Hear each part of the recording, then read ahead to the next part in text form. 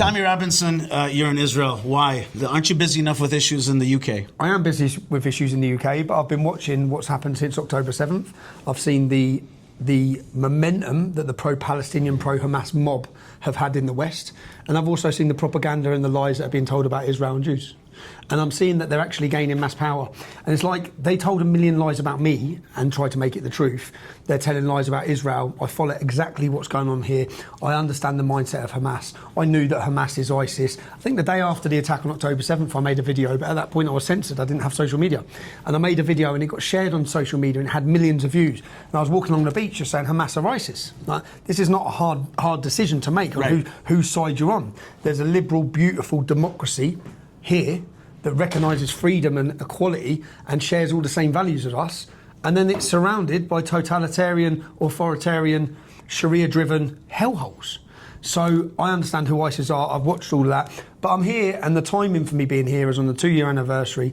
I'm here to show solidarity with the people of Israel. And I'm also here because I think that the British, my audience, we just had millions on the streets of us. Right. They need to understand what's happening to Israel. They need to understand that Israel is the front line of defence against jihad, that if Israel falls, Europe falls. Everywhere falls. Right. And Israel are so far ahead of us in understanding this fight and understanding how to fight it. You've made mistakes in the past, I think. 2005, withdrawing all the Jews from Gaza forcefully. And I think the British audience don't understand this or don't know a lot of this. So I think that the appeasement that our government are currently doing by recognising the state of Palestine, and just the appeasement and the weakness in the West really that they've done since October 7th, we should be a staunch ally to Israel. Do you think that this consciousness that's coming to your mind, is it coming from a need to defend England as a British Christian in your case? Like I'll give you a story, okay? One time I met with German journalists, young German journalists, and they asked me, why are you in Israel in the so-called West Bank in Hebron? I said to them, because of the Bible. And they just looked at me with a blank stare. They're like, what's the Bible? What are you talking about? So I said to them, well, I'm there because of nationalism. They're like, nationalism? That sounds like Nazism. You know, they were like immediately right there. And then I said to them, well, it's because of defense. And guns, you know, we want to defend ourselves. They're like, guns? And they had no clue about the Bible, about nationalism or patriotism or defense. When I went to Texas and I said those three things, the Bible, nationalism, and defense, they got all three of them. You won't get it in England. Where are your people? Where are you coming from? Where am I coming from? I'm coming from the fact that for the last 15 years I've dedicated my life to trying to awaken the British public to the dangers of Islam. The dangers we face. Remember, I was born in 1982 in a town 30 miles north of London. When I was born, there was one mosque. There's now 45. Wow. White English are a minority. So I've seen what it's like to become a minority to an Islamic demographic. I've seen the appeasement and the cowardice of what we're witnessing now on an international level of government, as in recognising the Palestinian state, surrendering to the mob rule, giving away our values, throwing our allies under the bus. I've seen that at a local council level and a local police level growing up. So I've seen the way that everyone just succumbs, everyone just surrenders. And it's because of the hostility and the level, the way the Islamic community organise themselves in a military fashion, whether it be to vote, to be violent, to be aggressive, whatever it is, they come together like that. And I've witnessed that. And I've seen, unfortunately, I saw what a white working class Englishman, we become irrelevant. In the town of Luton, I'll give you some info, yeah? In 2013, so I started my organisation in 2009, the English Defence League, and we were trying to highlight and tackle the Islamic rape gangs and issues that everyone was too scared to talk about. 2013, I looked at the demographical change of my town. So I sat down and I looked at the projected growth forecast on the government website, yeah? And the Bangladeshi and Pakistani community was going to increase by 70 to 77% by 2030. The white and black community by 1.2 to 1.4. So Labour are simply looking at this. Right, that's their voting. They know where the future is. Right. And unfortunately, for us as white working class, we're irrelevant.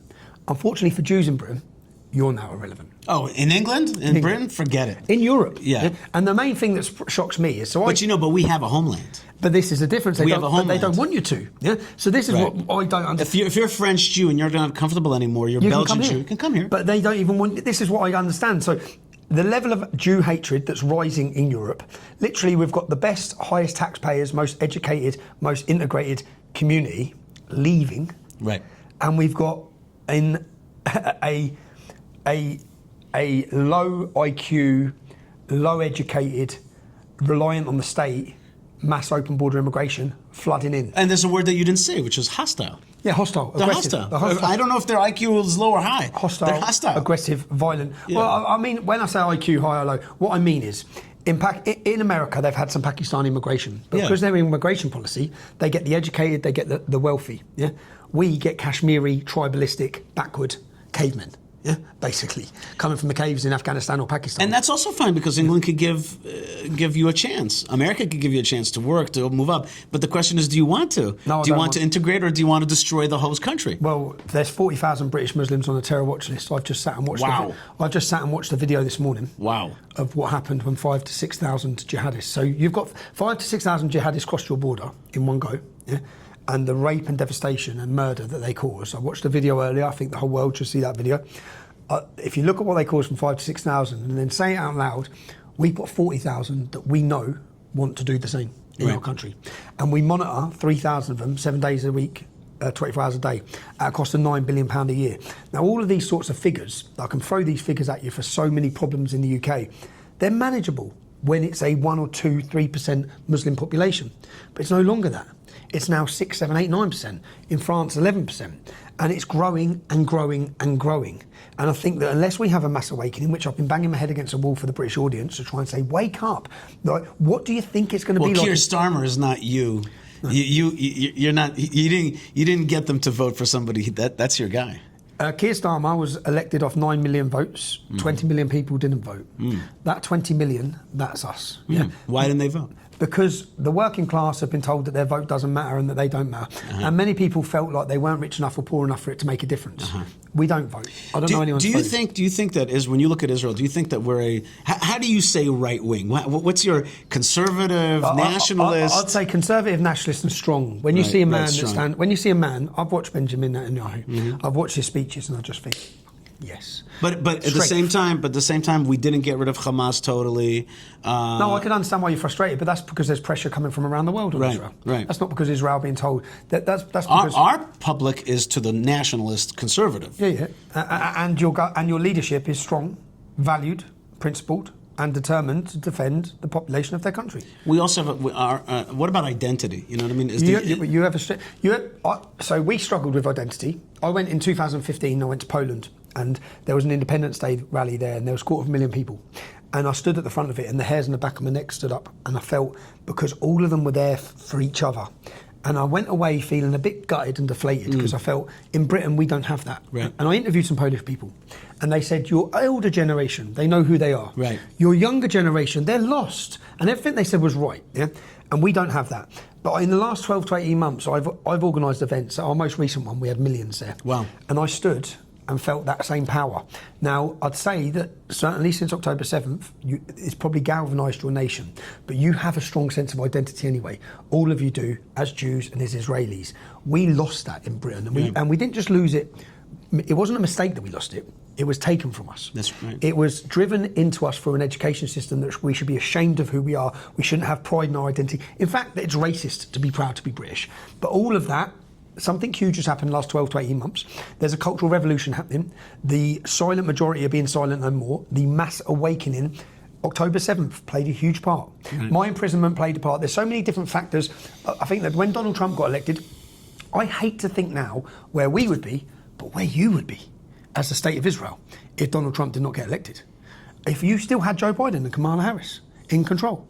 I think, what would they have happened to? You probably would have fought everyone. I don't understand that. Yeah, you probably would have fought everyone as a government. But where would you have been? So when Donald Trump was elected, it wasn't an election to save America. I remember some people talking, save America. This is an election to save the West.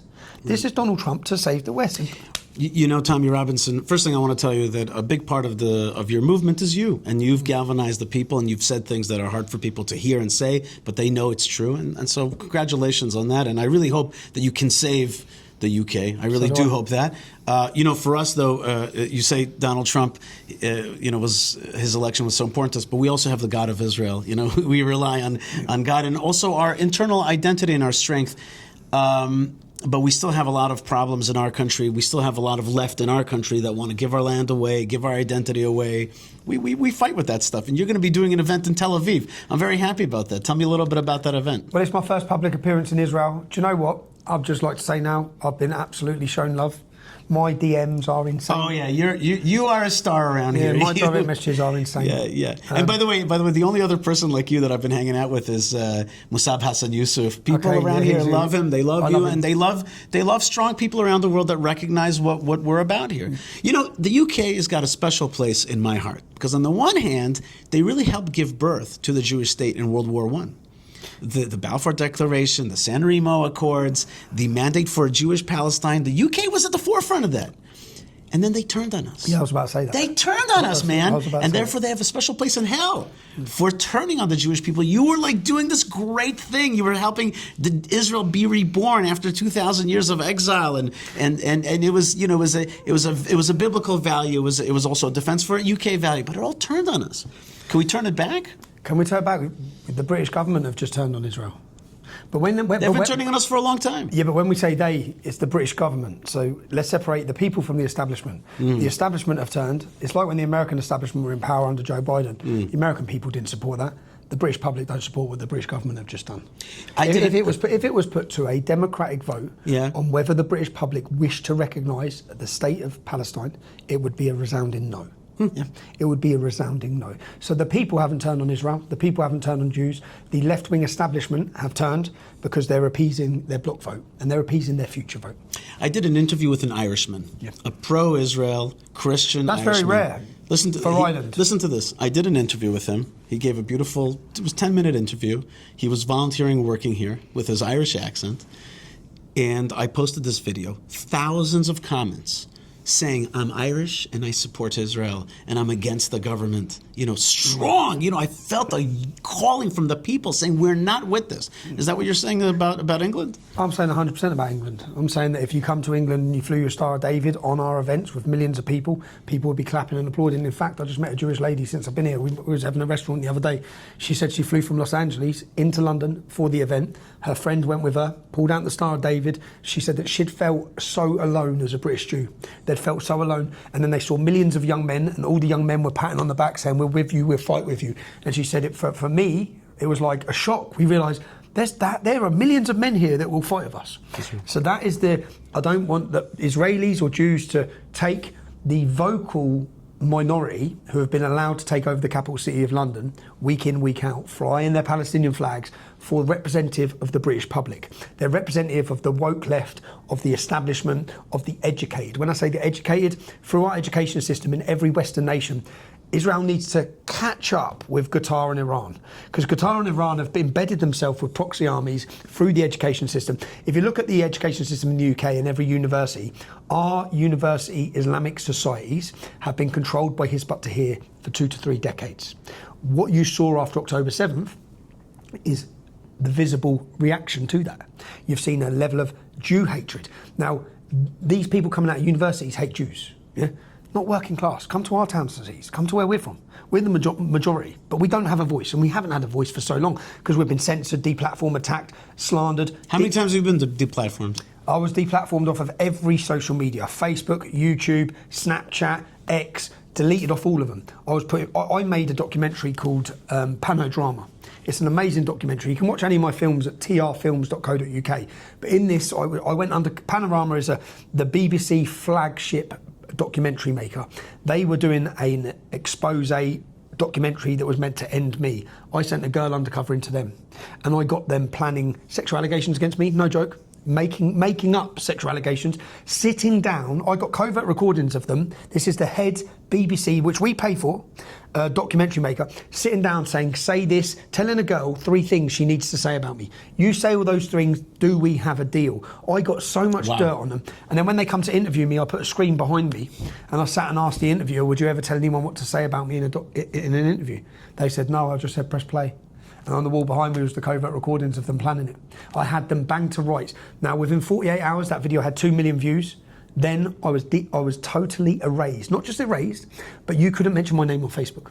So they made it so that none of my videos, none of my content, and then at the same time, the government the government relaunched proceedings against me and put me back in prison for an offence I'd already been in prison for the year before. I have faced a relentless campaign of lawfare for 15 years for trying to, and the reason why? Because the government don't know what to do with the fact we've got 40,000 jihadis. Why don't you just give up, move to America? Because Britain's my home. I had people, high-ranking people in America, talking to me about asylum.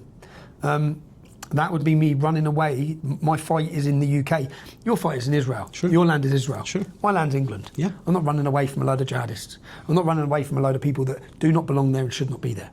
Speaking of Israel, you got invited by Minister of Diaspora and Anti-Semitism, Fight Against Anti-Semitism, Amichai Shikli.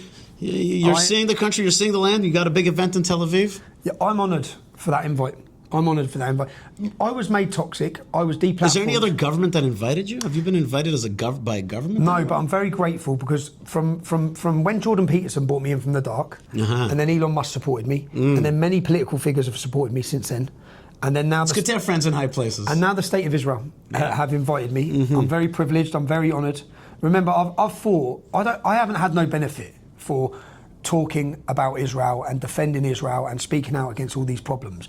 I've just faced relentless attack. So I feel now that my own struggle for the last decade has been recognised by friends and allies, and I understand I want to come here and learn from those friends and allies and form friendships and partnerships because we are all going to have to unify together. So let me ask you specifically about that.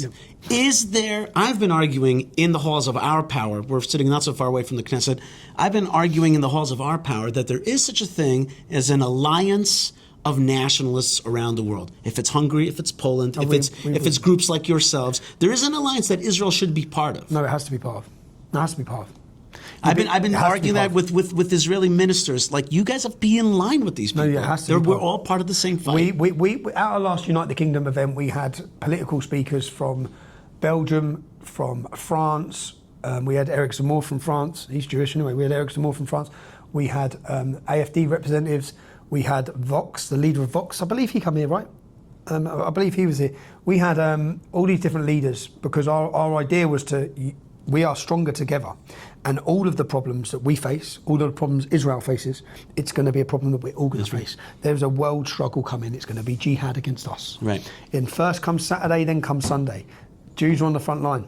But after the Jews are done, they're coming straight for the Christians. And I know that, and I understand that. In your situation in the UK, they're taking over silently. In ours, they want to take our heartland and turn it into a jihad land. We've already done that in Gaza. That was a miserable failure. We told them that was going to happen. They want to take the heartland of our history, where all of the crucible of our history, they want to take it away and turn it into a Palestine, which is nothing. I tell people, when you call for Palestine, that means that you want Palestine in your land as well. That's what you wanted. If you say you guys should have a Palestine, you get a Palestine in the UK, but they want it in our heartland.